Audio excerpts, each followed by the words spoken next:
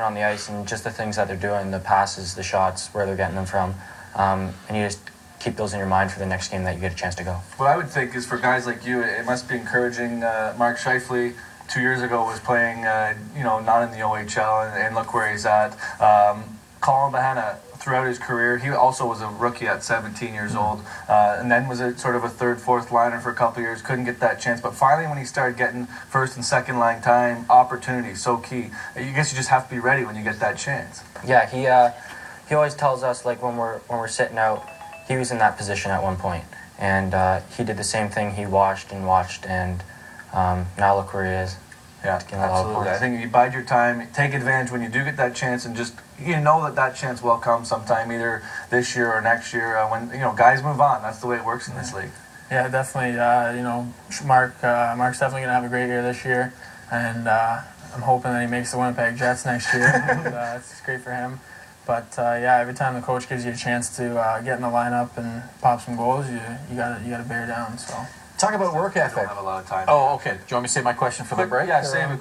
I think we got to go to break here, but we'll get back to that in a moment. Stay with us. We got lots more to come here on Colts Corner. These guys were out for a good cause on the weekend. We'll have that in a couple of moments as well. Stay with us. You're watching Colts Corner on Rogers TV.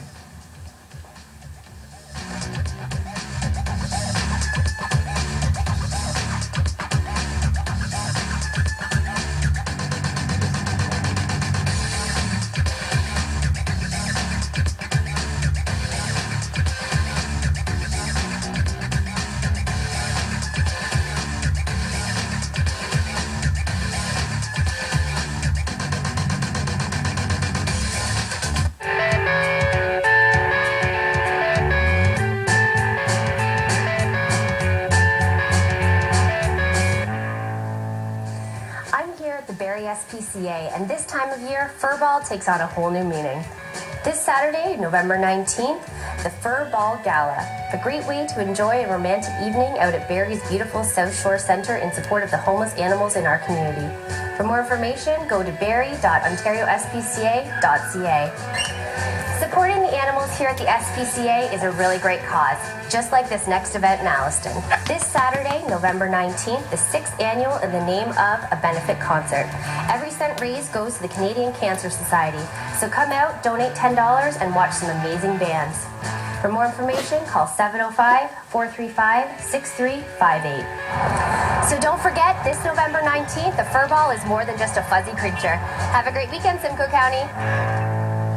I'm a TV, and my owner is a huge NHL fan, which is awesome because we just ordered NHL Center Ice. You get total control with up to 40 out-of-market games a week, many in HD. My man wants to see Canucks Penguins? Boom! Leafs Flyers, Oilers Red Wings? Things will get so crazy in here every night, I may not even stay screwed into the wall. Now let me rest up. I got 8 games on tonight. NHL Center Ice. The game lives where you do. Get NHL Center Ice as part of the Super Sports Pack, the ultimate sports package for the ultimate sports fan.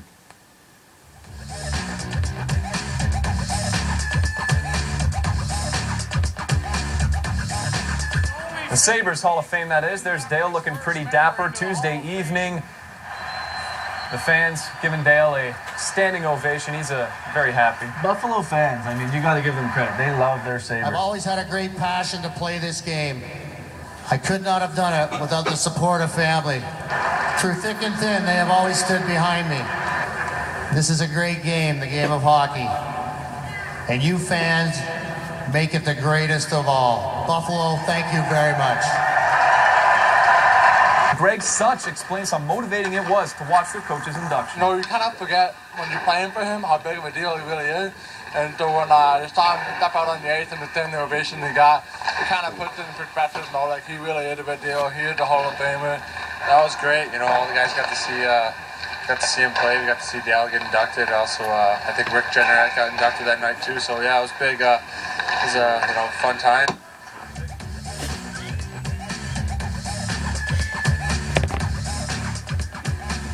Welcome back.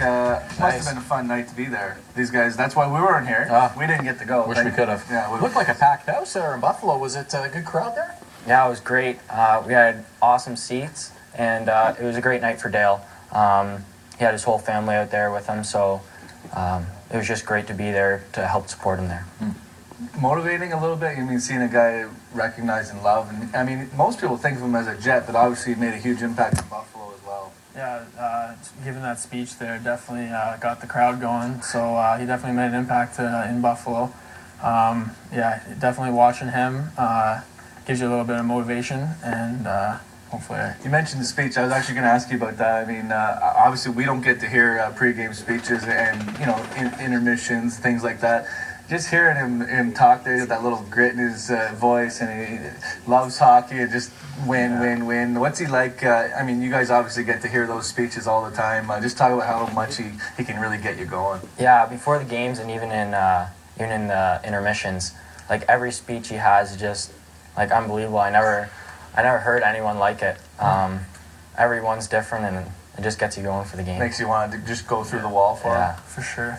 Definitely. Well, it's really amazing. He, just personality-wise, seems like such a low-key guy, especially behind the bench. You never see him get rattled too much, and he's on the show with us here. He's very soft-spoken and pretty low-key. But sometimes these coaches, they really know how to speak those words that will get their players to, as you say, run through a wall. Yeah, and I think the face that you put on for the media when you're answering questions and things like that is a little different than locker room. Let's go, and he's a competitor. I think at the end of the day, you guys must see that, and I'm sure there's other guys on the team like that. They come on here, we think, oh, he's a real quiet guy, but maybe he's like the biggest rah-rah or let's go guy in the room. Is there anyone like that on the team? And obviously Dale's that's his thing. He just really wants to win and competitive.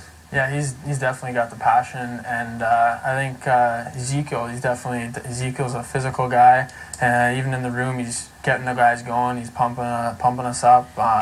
It really definitely motivates you, and you definitely want to incorporate some physicality into your game because it feels good after you hit. Awesome. You had a question, or did you want to stay on that? Well, I was going to ask you about the captain, Colin Bahena, first year wearing the C. While we're on the subject of leadership this year, talk about him and just the influence he's played on both of you guys as rookies, and what kind of a leader has he been for this club? Yeah, he's a great leader. He always gives little speeches before the games and gets you into the game. Even when you come off for a shift, he's telling you what you need to do, what you have to do. Good stuff. Yeah, and Colin's a great captain. Coming off the benches, he's always got something to say to you. That doesn't matter if it's positive, negative. You got to turn it into positive. He's always got a smile on his face. Before the games, he's definitely a focused kind of guy. He's got a little ritual, so no one goes near him and all that stuff. But he's a great captain. When you're a younger guy, I mean, some captains are big-time talkers. Other guys, they just lead completely by example. Colin, maybe a mix of those two scenarios. I know he's not afraid to talk, but certainly a guy who sets a good example too. Comes into camp, probably one of the best guys in shape. Certainly, all the things he does on and off the ice make him a good leader. Yeah, he's not shy to talk to us. He definitely gets us going sometimes during the games. He always talks. So. Tell us about the OHL work ethic. What is it like now you're at this level? Obviously, the expectations are higher than they've ever been anywhere else in your hockey career where you've played before. What was the adjustment like, and how have you found just the expectations and the day in and day out preparation that you have to do to get ready for a game at this level? You always have to be going hard, because if not, then you just won't be playing. I do. So we go to school, and then as soon as we get to the rink, we're working out, and then we're on the ice for practice, and then either we do quick feed or do something after the practice as well. Certainly busy, and you said if you're not going 100%, you're probably not in the lineup, but you must get tired. I mean, I know the OHL work or schedule and regimen, it's busier, more travel, probably a few more practices. Is that taking its toll, or do you find you're dealing with it? I'm feeling okay about it, but yeah, at the end of the day, you're definitely tired for sure. But you gotta eat right. You gotta get to bed before the curfew, and you gotta get up for school. So you definitely gotta Easy get to a sleep. lot of You're rest. tired at the end of the day. Oh yeah, for sure.